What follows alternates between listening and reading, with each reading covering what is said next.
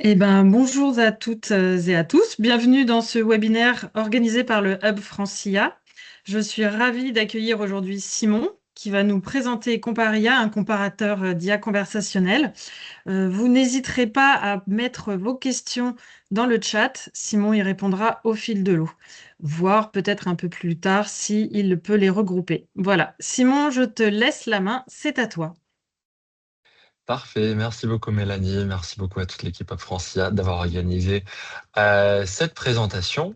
Donc je me présente, je m'appelle Simon Zielinska-Sinta, je travaille à la direction interministérielle du numérique et au ministère de la Culture sur le projet Comparia. Le projet Comparia, c'est un comparateur d'IA conversationnel du gouvernement. Initialement, il a été créé pour une raison assez complexe, mais qui était que le français était sous-représenté dans les jeux de données d'entraînement des modèles de langage comme GPT 3.5 à l'époque, Lama 2. Et pour donner un chiffre, dans Lama 2, le modèle de Meta, le français représentait 0,14% des données d'entraînement, alors que le français sur Internet, c'est autour de 4-5%. Donc c'est pour ça qu'au ministère de la Culture, ils ont décidé de lancer cette initiative, un comparateur d'IA conversationnel, pour pouvoir avoir des instructions intéressantes, donc des prompts intéressants de la part du grand public francophone, mais aussi avoir des préférences humaines des votes. Juste très rapidement, et ensuite on ira dans le contenu du sujet. Une discussion sur Comparia, ça ressemble à ça. Vous y accédez en cliquant sur commencer à discuter en posant n'importe quelle question. Donc là, par exemple, j'ai posé la question explique-moi ce que c'est un réseau de neurones, donne-moi une réponse courte. J'ai deux modèles complètement anonymes qui me répondent, modèle A et modèle B. J'ignore complètement lequel est lequel, et donc je joue un peu au jeu de cette différence pour voir lequel est meilleur, lequel je préfère. Une fois que j'ai décidé lequel des deux je préfère, je vote. Donc là, par exemple, j'ai mis une pouce en l'air pour le modèle B parce que ça donnait une réponse assez pédagogique où ça a donné même un exemple de identifier une image, comprendre du texte, prédire une valeur. Donc ça a mis un peu les bons mots-clés. Et donc au final, on a une révélation. Donc là, les deux modèles qui se cachaient derrière, c'était GMA 3 12B et GPT 5.4. Deux modèles qui ont le plus de choses, rien en commun, vraiment, je pense, à part le fait que c'est des réseaux de neurones probablement denses. GMA 3 12B, c'est un tout petit modèle de Google qu'ils ont lancé en semi-ouvert, donc ce qu'on appelle open weight, qui nous a généré 69 jetons en taille de texte et qui, du coup, est un modèle assez frugal, assez petit. Et donc, on utilise une librairie qui s'appelle Ecologit, qui fait partie désormais de l'initiative plus large Code Carbone, pour avoir une estimation de l'impact environnemental qui est assez alignée avec les chiffres qu'on voit dans le monde de la recherche. C'est une estimation, rien de parfait là-dedans, et je pense que les chiffres réels, les optimisations réelles, elles sont un tout petit peu différentes. Mais ça a le bénéfice d'exister pour sensibiliser un tout petit peu aux ordres de grandeur qui peuvent exister. Et de l'autre côté, on a GPT 5.4, modèle propriétaire. C'est le modèle qui est derrière ChatGPT, ensemble avec le modèle GPT 5.3. Pour les requêtes faciles, généralement, c'est le 5.3. Pour les modèles difficiles, c'est le 5.4. On l'a rajouté à l'arène la semaine dernière quand il est sorti, je crois, mercredi ou jeudi de la semaine dernière. Et donc, on voit que c'est un modèle qui est beaucoup plus grand et donc qui consomme aussi beaucoup plus en termes d'énergie consommée. Là, pour un prompt court comme ça, c'est vraiment pas grand-chose. Par contre, on essaie de montrer que à l'échelle, avec le paradoxe de Jevons, etc., ça peut monter assez rapidement. Et donc, on essaye avec Comparia d'en même temps faire ce travail de pédagogie autour de la diversité des modèles qui existent, en même temps générer des jeux de données intéressants qui sont réutilisés ensuite par Google, Mistral, OpenAI pour entraîner de meilleurs modèles en français. Et donc, on a cet aspect sensibilisation. Et dans cet aspect sensibilisation, on se rendait compte de plus en plus que sur Comparia, on a une large diversité de modèles. Donc, on a testé plus de 116 au total. On y a vraiment passé du temps à décrire tous ces modèles, à les tester, à regarder, à les voir, ensemble avec notre public. Donc, on a 700 000 questions qui ont déjà été posées sur la plateforme, 250 000 votes, mais aussi nous-mêmes en tant qu'équipe. On passe beaucoup de temps à creuser les différentes particularités de ces modèles, à renseigner comment ils ont été entraînés, qu'est-ce que c'est leur fenêtre de contexte, leur taille estimée, ce genre de choses. Et on s'est dit que ce serait bien de faire une présentation pour comprendre les différences entre tous ces modèles d'IA conversationnels. Parce que sur Comparia, on en a 116 qu'on a testé depuis 1 an et demi. Au total, dans le monde, on ne sait pas trop combien il y en a. Sur Hugging Face, qui est un répositoire de modèles d'IA, on en voit autour de quelques millions de modèles différents. Donc, une large diversité de modèles. Et donc, on voulait montrer que, de un, il n'y a pas que ChatGPT, Gemini et peut-être même Claude et Copilot, mais il y a une large diversité de modèles et essayer de comprendre un peu mieux les différences entre ces modèles-là. Donc, au programme, très rapidement, j'ai divisé ça en 2 parties, caractéristiques objectives, caractéristiques subjectives. Et à la fin, si vous me permettez, je vais vous partager quelques modèles intéressants à explorer qui, à travers nos tests, nous ont paru assez intéressants parce qu'ils représentent une large diversité de styles et de types de modèles qui sont plus adaptés à différents cas d'usage. On va commencer avec les caractéristiques objectives. Mais avant de plonger là-dedans, juste je prends une seconde et désolé si vous connaissez ça déjà, j'imagine que vu que vous travaillez la plupart dans l'IA, ça doit être un sujet avec lequel vous êtes assez familier. Mais je pense que ça vaut le coup quand même de prendre une minute là-dessus. Derrière chaque modèle d'IA, il y a un réseau de neurones. Un réseau de neurones qui essaye un peu d'imiter un cerveau humain, qui, à partir de nombreux exemples qu'on voit, qui voit à travers l'information au moment de son entraînement, essaye de prédire et de mieux saisir les signaux d'entraînement dans le monde qui l'entoure. Le monde qui l'entoure, généralement, c'est beaucoup de texte. Et une fois entraîné, il utilise ces paramètres, donc des probabilités, des poids, pour calculer dans ce réseau de neurones et produire une prédiction. Ça existait bien avant les IA génératives qu'on voit actuellement.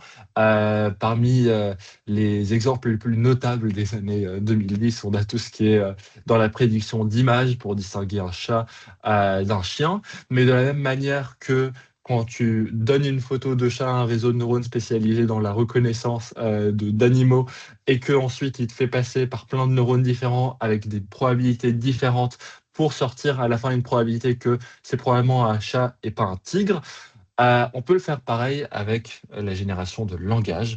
Et donc, si on met c'est quoi la capitale de la France comme premier bout de texte, généralement la probabilité du prochain mot la plus élevée, ça va être que c'est Paris.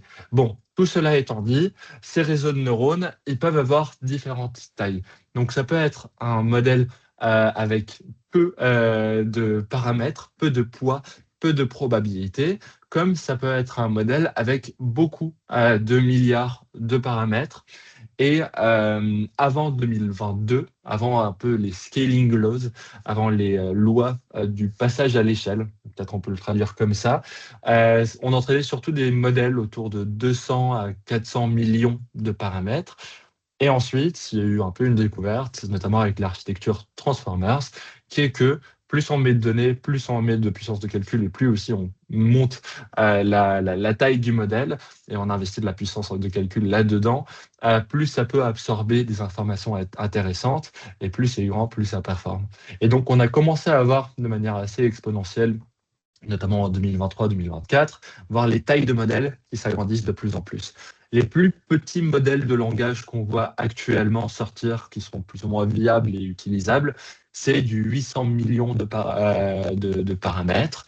Donc, par exemple, un nouveau Qwen 3.5, 800 millions de paramètres qui vient de sortir, qui performe extrêmement bien. Ça peut fonctionner, par exemple, sur un téléphone. Et pour des tâches très simples, ça peut marcher très, très bien. Ensuite, à partir des 2 milliards de paramètres, bon, on commence à avoir des GEMA 3 4B ou des GEMA 3 2B. Peut-être, je crois que ça, ils en avaient sorti aussi peut-être dans la série 2. De 2 milliards de paramètres. Là, on commence à voir progressivement de plus en plus d'absorption de connaissances et de plus en plus de capacité à faire de la conversation. Et ensuite, on monte vers les 70 milliards de paramètres, les 405 milliards de paramètres. En 2024-2025, on avait atteint, je pense, pas mal de modèles qui étaient autour de 1 trillion de paramètres ou même au-dessus de ça. Là, on est un peu dans un équilibre où on tourne autour entre 100 milliards de paramètres et 1000 milliards de paramètres. La plupart des modèles se situent dans cette échelle de taille-là. au moins la plupart des modèles qui sont utilisés par le grand public derrière des outils comme Gemini, ChatGPT, etc. Mais on a, voilà, pour vous montrer qu'on a quand même une grande diversité de tailles de modèles qui existent. Et donc, si on reprend un peu cette visualisation du réseau de neurones, plus un modèle a de probabilité en soi, plus il peut essayer de comprendre des nuances intéressantes. Et donc, entre guillemets, il peut apprendre plus sur le monde. Il a une capacité d'apprentissage qui est un peu plus grande. Mais par contre, ça ne veut pas du tout dire qu'il apprend mieux. Donc, c'est un peu comme un humain aussi. On peut avoir des humains qui ont beaucoup de neurones, mais qui les utilisent un peu moins bien que d'autres. Et donc, voilà, on a cette question de taille d'un modèle, mais qui corrèle pas mal avec la performance et l'apprentissage et la qualité de la réponse, etc. Mais un petit modèle peut apprendre mieux qu'un grand modèle et le dépasser. Donc là, je voulais vous montrer deux petits exemples. On a la série GEMA 3 de Google qui est sortie l'année dernière en mars. On a un modèle 27B. 27B, ça veut dire qu'il y a 27 milliards de paramètres. Et un modèle 4B, 4 milliards de paramètres. Le modèle 27B est plus grand que le 4B. En plus, le 27B a probablement été utilisé pour entraîner une partie du 4B. C'est ce qu'on appelle la distillation. Et donc, généralement, le modèle 27B, il performera mieux que le modèle 4B parce qu'il est plus grand et il a une plus grande capacité d'apprentissage. Mais par contre, si on compare DeepSeek R1 qui est sorti en janvier 2025, il a fait beaucoup de bruit à l'époque, avec un modèle qui est sorti en février 2026, même si le modèle qui est sorti en février 2026 est beaucoup plus petit, 2 à 3 fois plus petit, par exemple Minimax, celui-là, il performe quand même mieux, par exemple, sur des tâches de programmation que son prédécesseur, DeepSeek R1, sorti initialement en janvier et ensuite réédité plusieurs mois après avec quelques petits ajustements. Donc on voit que le fait qu'un modèle soit plus grand n'est pas forcément toujours indicateur de sa performance, même si on voit quand même une corrélation. Là, j'ai fait un petit graphique qui illustre tout ça. Donc on a en ordonnée le score sur un benchmark, sur une même mesure de performance. En abscisse, on a la taille de modèle. On voit quand même qu'il y a une certaine linéarité, même s'il y a des modèles qui performent au-dessus de sa ligne ou en dessous de cette ligne. C'est pas voilà, une ligne droite, mais donc on voit qu'il y a quand même une certaine corrélation entre les deux, parce que la capacité d'apprentissage, quand tu as plus de probabilité, plus de poids en toi, elle est un peu plus facile. C'est un peu plus facile d'entraîner un bon grand modèle qu'un bon petit modèle. Le défi est un peu plus difficile de concentrer beaucoup de connaissances et beaucoup de capacités de rédaction dans un tout petit modèle. Voilà, donc ça c'est par rapport à la taille des modèles. Information importante, plus un modèle est grand, plus il est difficile à faire tourner. Plus il a besoin généralement de cartes graphiques ou de puissance de calcul tout court. Un modèle, comme je dis, de 800 millions de paramètres, ou même peut-être jusqu'à 4 milliards de paramètres, il peut tourner sur un smartphone moderne. Des 8 milliards de paramètres, ça peut tourner à 20 milliards de paramètres, ça peut tourner peut-être sur un ordi assez moderne, sur un ordinateur portable. À partir des 30-40 milliards de paramètres, on commence à avoir besoin soit d'ordinateurs très puissants, soit déjà de serveurs. Pour les modèles qui sont, par exemple, DeepSeek R1 ou les modèles derrière Gemini 3 Pro, etc., c'est des modèles qui nécessitent beaucoup de cartes graphiques, beaucoup d'optimisation pour fonctionner, et donc beaucoup de puissance de calcul aussi derrière, beaucoup d'énergie aussi derrière. Et donc, des modèles plus grands consomment généralement plus que les modèles plus petits, sauf s'il y a des différences d'architecture. Ça, c'est un peu le deuxième aspect duquel je voulais vous parler. Donc, on a plein d'architectures différentes dans les réseaux de neurones. Dans les LLM, donc les grands modèles de langage, on en voit deux qui se distinguent et qui sont assez lisibles. On a des modèles denses, on a des modèles mélange d'experts. Les modèles denses, c'est tout ce qu'il y a de plus simple, entre guillemets. C'est un seul grand réseau de neurones. Si on veut prendre la mauvaise métaphore du cerveau humain, on peut imaginer un grand cerveau avec plein de neurones. Et à chaque fois qu'on veut générer la réponse à une question, peu importe la question, tout le réseau de neurones va être entraîné. Tout le réseau de neurones qui n'a pas que des informations sur quelle est la capitale de la France, mais qui a aussi des informations sur je sais pas, la biologie, la médecine, le droit ou autre chose. Donc, pas du tout nécessaires pour la réponse que nous, on veut à la fin. Néanmoins, elles font partie du réseau de neurones, elles font partie du trajet de prédiction qu'on est obligé de passer pour avoir une génération, un résultat. Et donc, tout le réseau de neurones est activé à chaque fois. Le mélange d'experts, assez intuitivement, c'est plein de plus petits réseaux de neurones, plein d'experts, comme on les appelle, avec un autre modèle qui redirige vers ces experts. Et donc, quand on pose la question, c'est quoi la capitale de la France? Potentiellement, ça va nous choisir quelques experts qui sont euh, plus, euh, plus propices à répondre bien à notre question que d'autres. C'est le modèle de routage qui va nous indiquer vers quel expert se tourner. Et donc, chaque jeton qui est généré, c'est potentiellement une combinaison d'experts différentes qui va y répondre. Des fois, c'est un seul expert d'ailleurs qui y répond. Des fois, c'est plusieurs experts qui font la prédiction. Et comme vous pouvez l'imaginer, c'est beaucoup plus efficace parce on n'est pas obligé d'utiliser tout le réseau de neurones pour répondre à toutes les questions. On n'utilise qu'une petite partie par génération. Et donc, le coût d'inférence, le coût d'utilisation, généralement, il est réduit. Donc, pour les modèles denses, très grands, ça coûte très cher en puissance de calcul parce que tout le modèle doit être activé à chaque fois. Pour les modèles mélange d'experts, ça peut coûter beaucoup moins cher, notamment quand on passe à l'échelle. Parce que le modèle, il faut quand même tout le charger, avoir tous les paramètres qui sont accessibles sur la carte graphique. Néanmoins, on n'utilise qu'une petite partie, on n'active qu'une petite partie par jeton généré, donc ça peut être assez efficace. Par contre, pour les modèles qui sont plus petits, donc imaginons les modèles en dessous de 4 milliards de paramètres, même si c'est en train de changer pas mal, on ne peut pas trop les sous-diviser. Et donc, on est un peu obligé de se tourner vers des modèles denses, plus pour ces tailles de modèles-là, parce que si on sous-divise trop, les modèles, ils n'arriveront plus à généraliser, ils n'arriveront plus à répondre à des questions même toutes simples, parce que eux, à eux seuls, bon, imaginons s'ils sont 200 millions de paramètres, à 200 millions de paramètres, pour l'instant, les modèles, ils arrivent très difficilement à générer du texte. Donc, ce serait très compliqué, même si, il y en a plein, de les utiliser, parce qu'à chaque fois, on n'en active qu'une petite partie. Donc, pour les petits modèles, généralement, on préfère les modèles denses. Ils sont aussi beaucoup plus faciles à entraîner.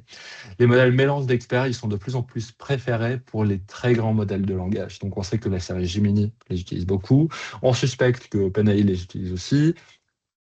Normalement, à partir de 2026, la plupart des grands modèles, c'est des modèles mélange d'experts qui sont beaucoup plus durs à entraîner. Mais par contre, quand on est OpenAI, Google, Anthropic, peu importe, et qu'on a beaucoup de requêtes qui vont vers un très grand modèle de langage, on est assez intéressé pour optimiser le coût d'inférence. Et donc, c'est pour ça qu'on fait ce type de modèle-là.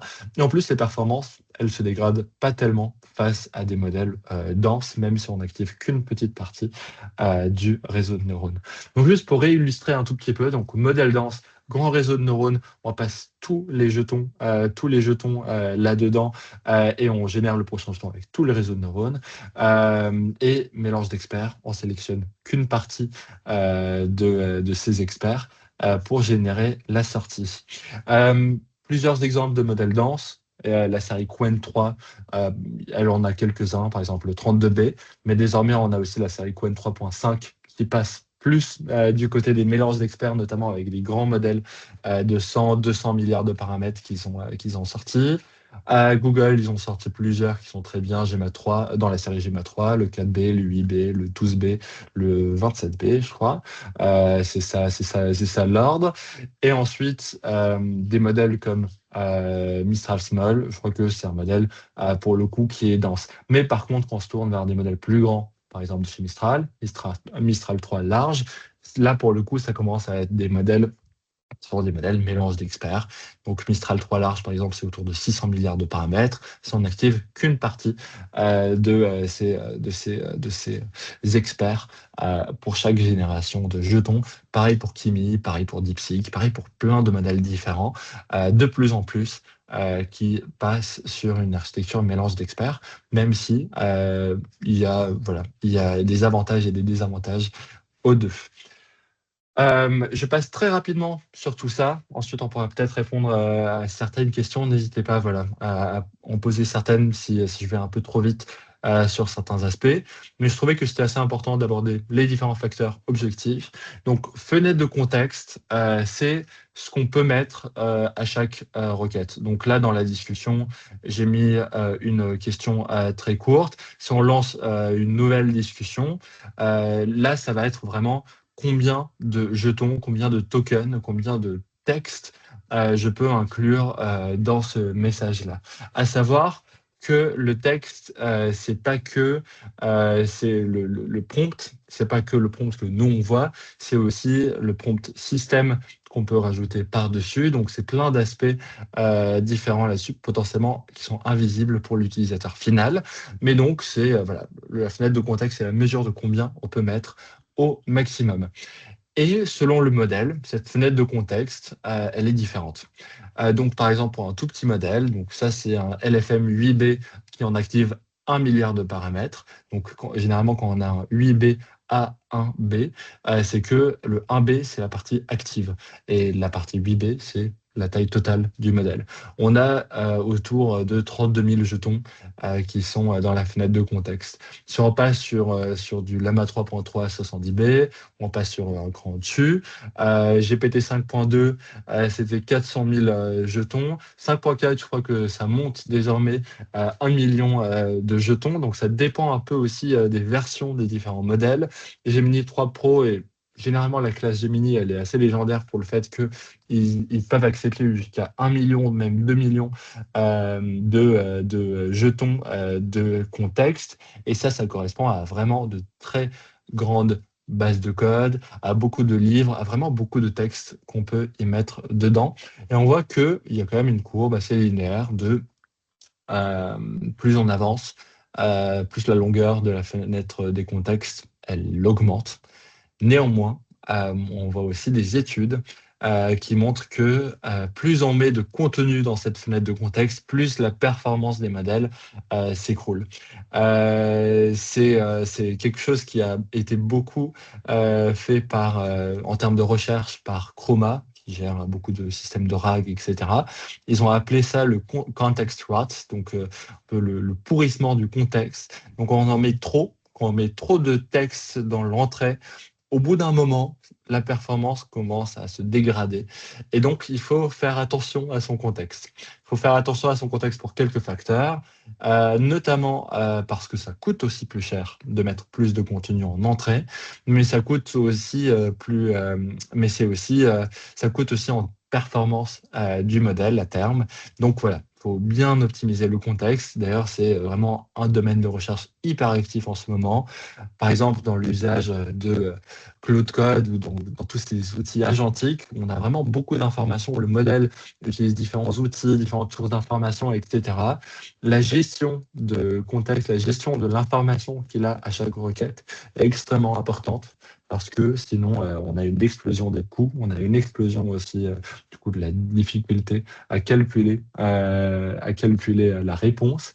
Mais on a aussi une dégradation de performance assez considérable. Il faut vraiment faire beaucoup attention à cette partie-là.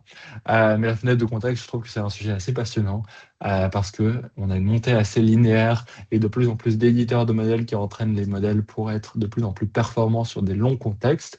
Néanmoins, pour le coup, c'est un peu un déblocage en termes d'avancée des modèles de langage. C'est pas vraiment un problème complètement résolu. Et donc, voilà, on a une petite progression de plus en plus avec le temps. Mais pour l'instant, on n'a pas eu, comme on dit, de breakthrough, d'avancées majeures qui permettent de débloquer des contextes super longs, qui permettraient par exemple d'inclure des informations métiers à l'intérieur de chaque requête, ce qui serait quand même une amélioration de performance assez considérable.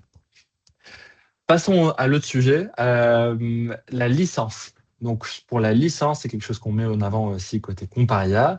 On a un peu trois grandes catégories sur Comparia. On a les modèles propriétaires, donc ceux qui sont par exemple derrière ChatGPT, GPT 5.2, GPT 5.3, 5.4, les modèles Gemini, la série Grok, même si les modèles Grok d'ailleurs sont de plus en plus ouverts quelques années après leur première sortie. C'est des modèles qui sont propriétaires, on n'a pas accès à leur poids, on ne peut pas les déployer chez nous sur nos serveurs, sauf exception très particulière quand c'est des grands partenariats entreprises. Les modèles semi-ouverts, c'est des modèles qui sont téléchargeables et donc on peut les déployer un peu n'importe où tant qu'on a la puissance du calcul. Mais par contre, on ne sait pas grand-chose sur comment ils ont été entraînés.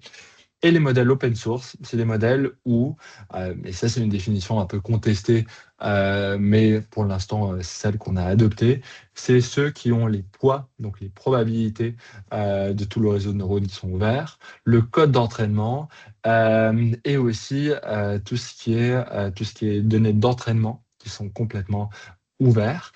Et en plus, avec une possibilité de réutilisation qui n'est pas contrainte. Là-dessus, on a très peu de modèles parce que très peu d'éditeurs de modèles publient leurs jeux de données d'entraînement.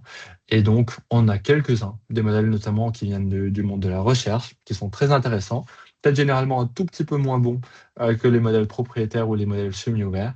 Mais par contre, on a toute la recette d'entraînement. Et donc, pour la recherche et pour la curiosité, c'est assez passionnant. D'ailleurs, même pour la souveraineté, c'est assez important parce qu'on a une transparence totale sur comment le modèle a été entraîné. Alors que pour un modèle semi-ouvert, bon, on peut le réutiliser, on peut le télécharger complètement sans avoir aucun lien avec l'éditeur du modèle si la licence le permet. Néanmoins, on maîtrise beaucoup moins la partie technique. Pour tout ce qui est licence, il y a un outil qui est super intéressant qui s'appelle OSI Index. C'est une illustration qui vient de là-bas. Et donc, ça permet de montrer un peu les différents niveaux d'ouverture des différents modèles qui sont publiés. Donc, je trouve que c'est un très bel exercice fait par des universitaires en Europe où ça a plusieurs critères comme les données d'entraînement ou disponibilité d'une API ou ouverture d'une licence et qui permettent de évaluer ces modèles selon ces critères-là. Une grande partie de ces critères-là, d'ailleurs, vous pouvez aussi les voir sur Comparia, si vous allez dessus. Justement, il y a trois autres facteurs. Là-dessus, on va aller assez vite. Donc, le coût. Le coût, généralement, est mesuré en entrée et en sortie de modèle. Donc, plus on ajoute du texte, plus ça va nous coûter du cher. Plus le modèle génère du texte, ça va aussi nous coûter cher. On a aussi un lien assez fort entre la verbosité du modèle et le coût.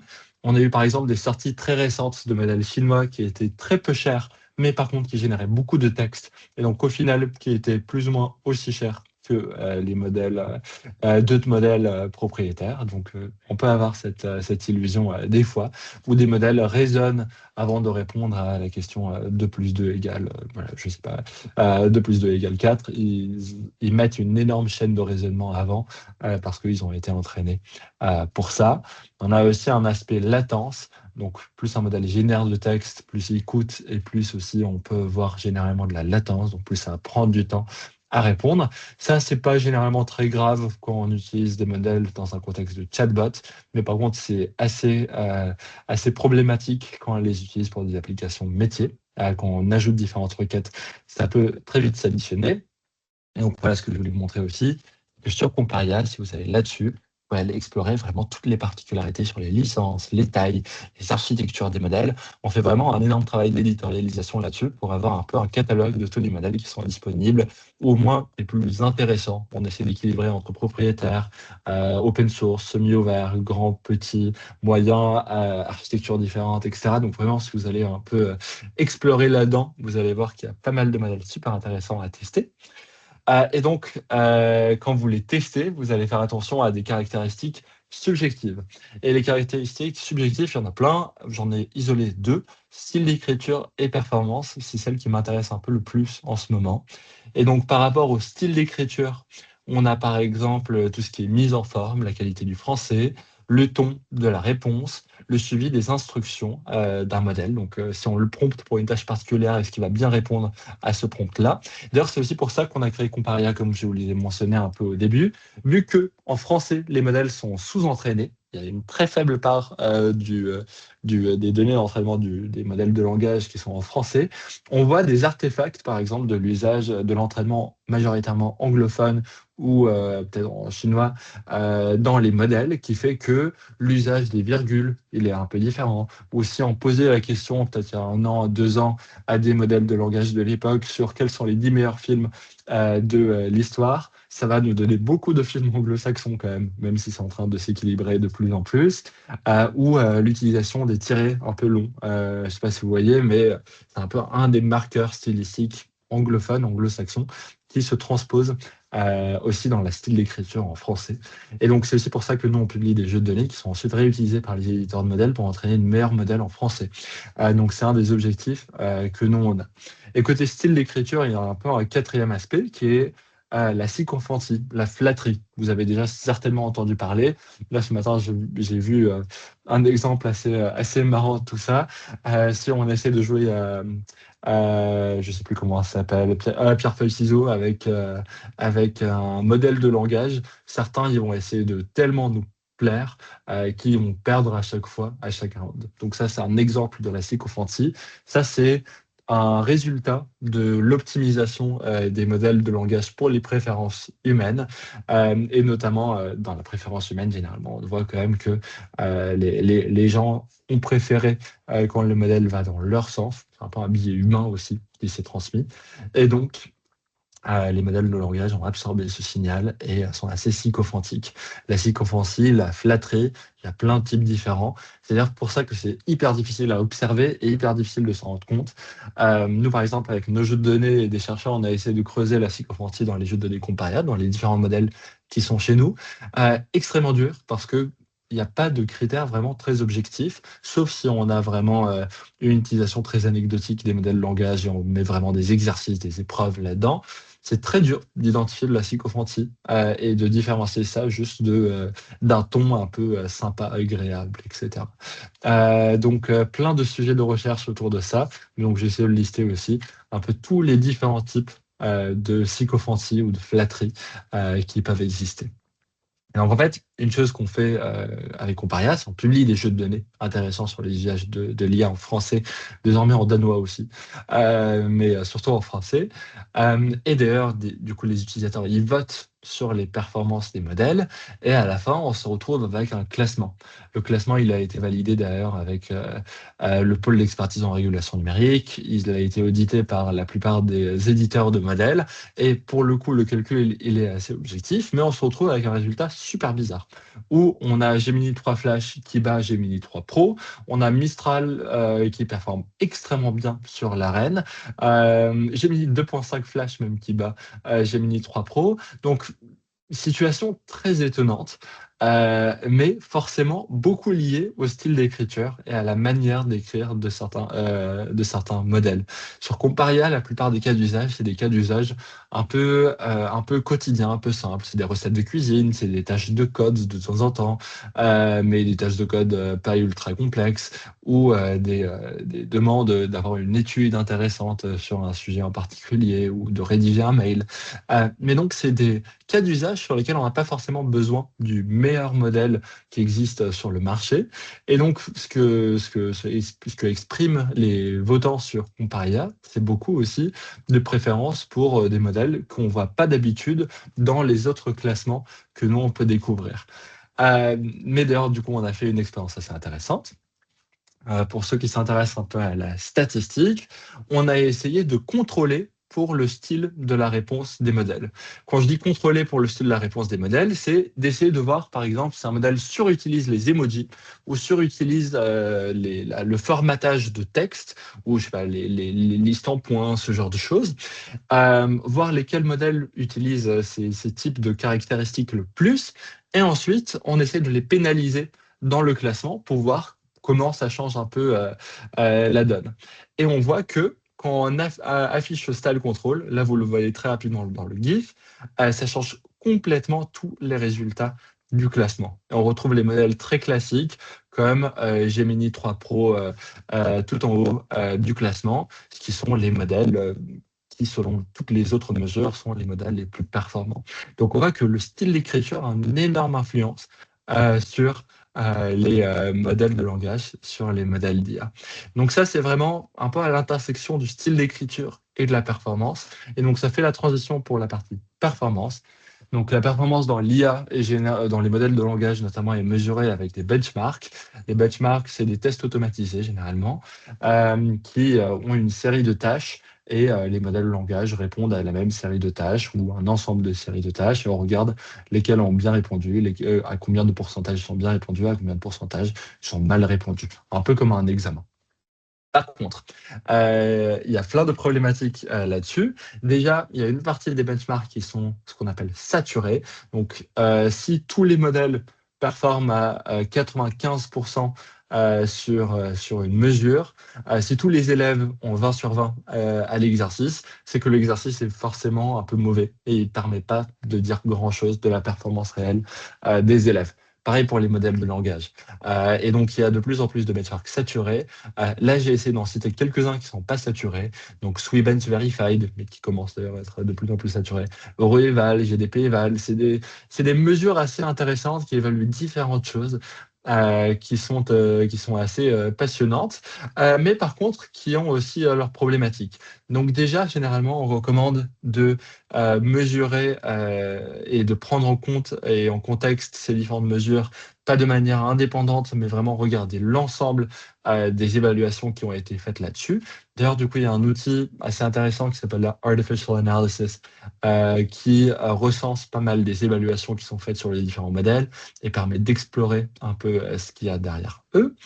Mais on voit aussi que si on prend une seule mesure de performance, on risque de se tromper énormément dans la performance réelle de ces modèles.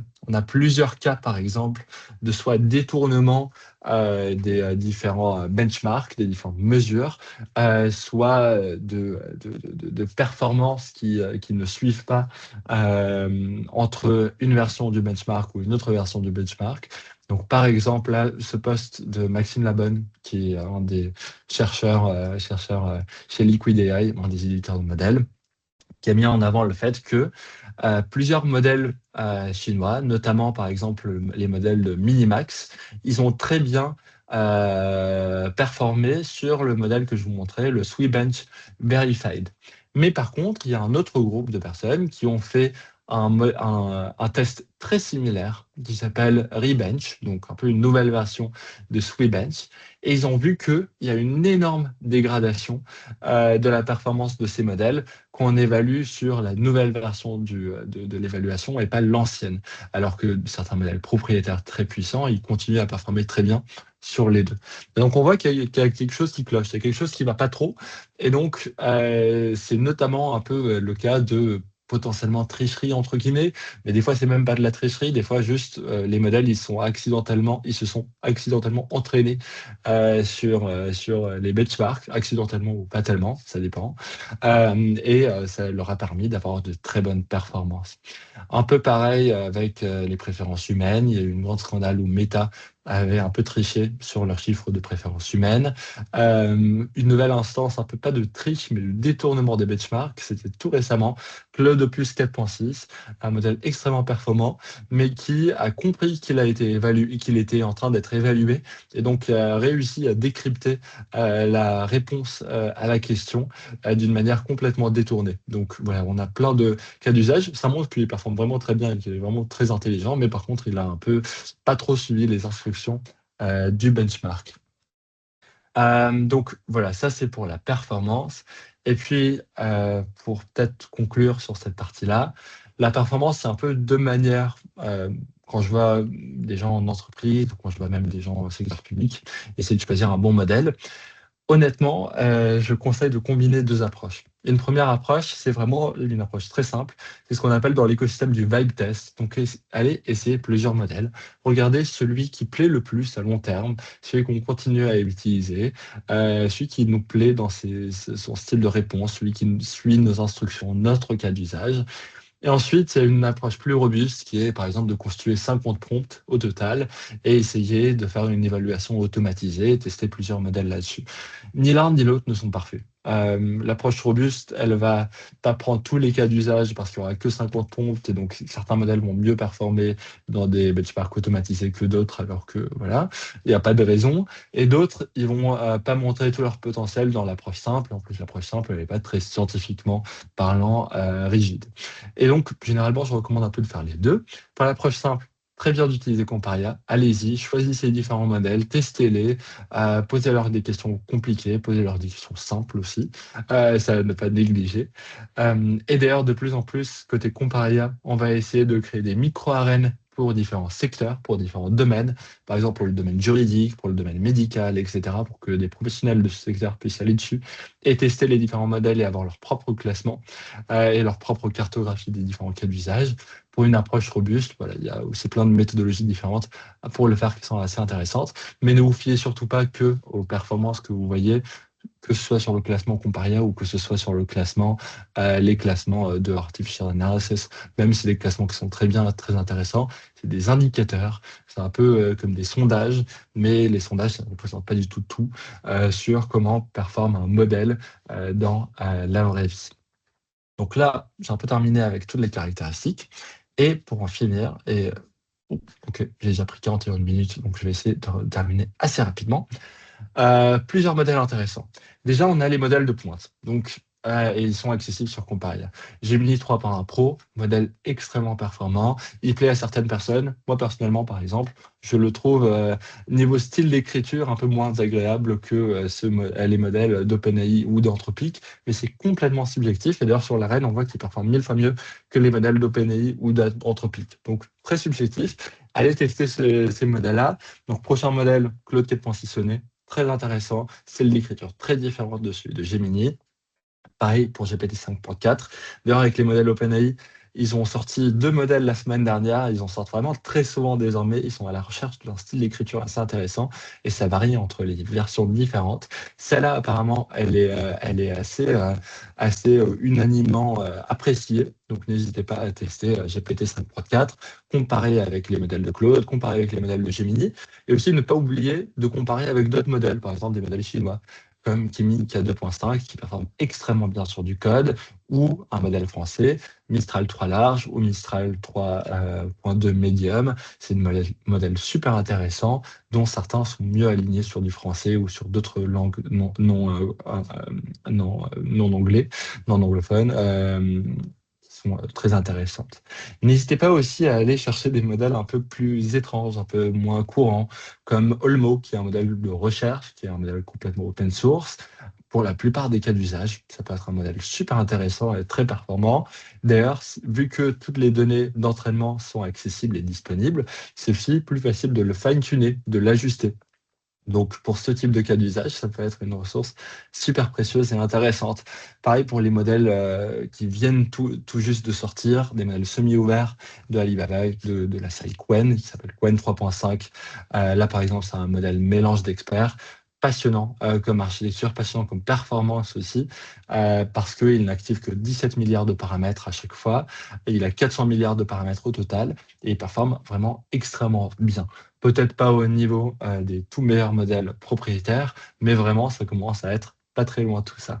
Et après avoir testé tous ces modèles hyper performants, n'hésitez pas aussi à vous tourner vers des modèles plus petits, des modèles qui peuvent tourner sur votre ordinateur, sur votre téléphone, et qui, pour la plupart des cas d'usage, honnêtement, ils sont super performants et super bons. Par exemple, là, je vous avais présenté rapidement une discussion là-dessus quelque part. Non, je l'ai déjà fermé, mais c'était une discussion entre un modèle Gemma et un modèle, le dernier modèle d'OpenAI. Honnêtement, j'ai voté pour le modèle OpenAI parce que je préfère un tout petit peu, mais pour la plupart des cas d'usage, j'aurais aussi pu bien choisir Gemma 3 4B. Et donc, n'hésitez pas aussi à regarder ces tout petits modèles. Il y en a plein du côté de Liquid, du côté de Gemma, du côté même de Meta. À un moment, on avait sorti certains. Les grands modèles aussi par exemple, Gemini, ils ont sorti le modèle Flashlight. On ne connaît pas vraiment sa taille, mais on estime que c'est une taille beaucoup quand même plus petite que les modèles Flash ou même Pro. C'est un modèle super intéressant à tester, notamment quand on passe beaucoup de temps ou on fait beaucoup de requêtes à des modèles de langage. Il peut avoir des économies de latence et des économies de coût assez considérables. Donc vraiment des modèles à ne pas du tout ignorer. Autre modèle voilà, que je voulais vous montrer, c'est le LFM28B, tout petit modèle. Pour aller plus loin, aussi, n'hésitez pas à aller sur ces liens-là. Hugging Face, ils ont fait un guide très intéressant sur les modèles mélange d'experts. Artificial Analysis, je vous en ai parlé, c'est pour voir et comparer différents benchmarks. OSA Index, c'est pour le niveau d'ouverture des modèles. J'ai aussi cité rapidement le Context Route, donc la recherche de Chroma sur comment optimiser sa fenêtre de contexte. Et enfin, dernière recommandation, allez vraiment sur Comparia, tester plein de modèles, c'est gratuit, c'est accessible. On a plein de chouettes retours. Et en plus, ça fait bénéficier l'écosystème français de l'IA ou l'écosystème en général de l'IA parce que ça contribue à des données ouvertes, ensuite réutilisées pour entraîner de meilleurs modèles francophones. Sachant qu'il y avait beaucoup de contenu, c'était dense et un peu intense, j'ai mis tout ça aussi dans un doc. Du coup, si jamais vous avez envie d'avoir le document, n'hésitez pas à scanner ce QR code. Quand vous scannerez ce QR code, il y aura juste une question qui vous demandera si vous avez un retour sur cette présentation, parce que je suis un peu en train de l'améliorer constamment. Ensuite, deuxième question sur est-ce que vous voulez vous abonner à la newsletter de Comparia? Pas du tout obligatoire, même si elle est très intéressante. Et troisième question, quel est le mail vers lequel on vous envoie ce document-là? Une fois que vous aurez rempli ce petit questionnaire, vous recevrez très rapidement ce document-là qui peut peut-être vous être utile pour la prochaine fois que vous aurez à choisir un modèle d'IA ou si vous explorez différents modèles d'IA, de mieux saisir toutes les petites différences qui existent entre eux. Merci beaucoup. J'arrête mon partage d'écran. Je mets aussi mon adresse mail dans le chat et avec plaisir pour répondre à des questions. J'arrive. Je vais juste visualiser tout le chat. Alors, très bien. Donc déjà, je mets mon adresse mail. Comme ça, toutes les réponses, toutes les questions auxquelles j'aurais pas répondu, vous pouvez me les envoyer là-bas. Et ensuite, je vois qu'il y a plein de questions. Très bien. Donc, l'URL pour accéder au comparateur, je vous la partage directement dans le chat aussi. Ensuite, je vois une question qui est sur le replay et le support. Effectivement, tout sera accessible donc sur la chaîne YouTube et en plus, on va faire, je vais vous partager tous les documents à travers le petit formulaire. Ensuite, modèle chinois Qwen en open source. On en a effectivement. La plupart ils sont semi-ouverts. Donc, ils ne publient pas les données d'entraînement du modèle. C'est des modèles qui sont semi-ouverts. Ils n'ont pas pour l'instant sorti de modèle complètement open source. Ils ont aussi certains modèles qui sont propriétaires. Par exemple, la série Qwen Max, qui est des modèles propriétaires. Ensuite, pour le choix de modèle, il ne faudrait pas aussi prendre en compte, par exemple, le nouveau test que la CNIL va proposer sur la partie RGPD. Complètement. D'ailleurs, on travaille beaucoup avec la CNIL. J'ai un rendez-vous avec eux, par exemple, lundi, pour discuter de comment on peut aussi intégrer leur généalogie de modèles, donc les sources d'entraînement des différents modèles dans les descriptions de nos modèles. Donc, on travaille beaucoup de plus en plus avec la CNIL. Et j'ai vu leur nouveau projet sur le RGPD. On essaiera de l'intégrer aussi dans les petites cartes qu'on a sur Comparia. Je pense que ce soit un indicateur très intéressant à retenir. Merci à Alexandra d'avoir répondu à la question au-dessus sur la différence entre open source et semi-ouvert. Comment évaluer la véracité des sources utilisées pour l'entraînement des modèles? Existe-t-il des benchmarks pour cela? Effectivement, très bonne question. Il existe des benchmarks sur de la factualité. Je crois que le MMLU, par exemple, c'est un benchmark qui était beaucoup basé sur de la factualité. Mais il y a aussi des modèles très intéressants sur des évaluations très intéressantes sur les hallucinations. Donc, n'hésitez pas à regarder sur Artificial Analysis, je crois qu'il doit y en avoir plusieurs qui sont cités là-bas. Différents modèles sont aussi mesurés sur différents benchmarks. Parce que ça coûte très cher de faire tourner des benchmarks. Donc, il y a peu de chercheurs indépendants qui peuvent se le permettre de faire tourner tous les modèles là-dessus. Artificial Analysis en fait une partie. Donc, c'est très chouette tout le travail qu'ils partagent là-dessus. Je crois qu'il doit y avoir un des indicateurs qui doit être sur les hallucinations des modèles. Et d'ailleurs, c'est une métrique très intéressante que là, du coup, j'ai pas cité parce que ça dépend de plus en plus aussi de qu'est-ce qu'on met dans le contexte du modèle. Mais la capacité d'un modèle à gérer son contexte, et s'il a, par exemple, dans un système de RAG, du contexte intéressant, est-ce qu'il récupère les bonnes informations? Ça, c'est un critère très objectif. Et donc, je recommande beaucoup de se baser dessus et de tester tout ça. Euh, alors, sur quoi se base l'intelligence définie par Artificial Analysis? Je crois que c'est une combinaison de différents benchmarks, plus potentiellement des benchmarks maison internes que eux ils pourraient avoir. Il faut savoir aussi que la plupart des éditeurs de modèles, ils ont beaucoup d'évaluations et beaucoup d'évaluations qu'ils ne publient pas publiquement, qui leur servent à entraîner des bons modèles d'IA, mais qu'ils utilisent beaucoup. Voilà, le monde des benchmarks est un monde passionnant. Et donc, voilà, si jamais vous avez des questions là-dessus, n'hésitez pas à m'écrire. J'essaierai de peut-être vous rediriger vers des questions, des benchmarks intéressants. Ou sinon, voilà, essayer de définir un peu la manière de construire son propre benchmark. Et je vois beaucoup de retours super positifs. Merci beaucoup pour tous ces retours super positifs. C'est une présentation que j'ai essayé de faire très dense parce que bon, ça je sais que la présentation va être publiée, mais du coup, je me permets quand même de le dire. La plupart des présentations que j'avais de l'IA générative, des IA conversationnelles, elles étaient un peu à la surface. Elles présentaient les réseaux de neurones. Elles présentaient, bon, peut-être le fait que l'IA générative, c'est pas l'IA prédictive d'avant, etc. Mais je trouvais que l'information qu'on a au sein de Comparia sur toutes les petites particularités des modèles d'IA était particulièrement passionnante. Donc j'espère que partager toutes ces connaissances qu'on a acquises en développement Comparia, ça vous servira pour mieux choisir vos modèles d'IA. Voilà. Merci beaucoup pour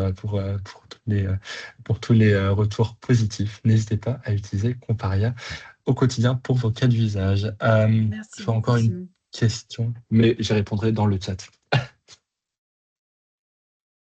Eh ben, merci, Simon. Merci Et vous avez Mélanie. tous les éléments. Vous avez l'adresse de Simon. N'hésitez pas si vous avez des questions. Voilà. Très bonne journée à tous. Merci.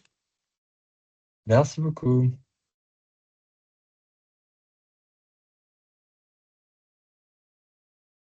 Et j'en profite pour répondre à la dernière question. Pour un usage local 120B max et pour des cas d'usage correction de texte en français, quel est le top 3 des modèles? Il y a des modèles de Qwen qui sont très intéressants. Le GPT OSS 120B ou 20B sont très bons sur des cas d'usage même francophones. La série GMA 3 aussi assez passionnante. Je pense qu'il va y avoir pas mal de nouvelles sorties côté Google avec GMA 4 éventuellement.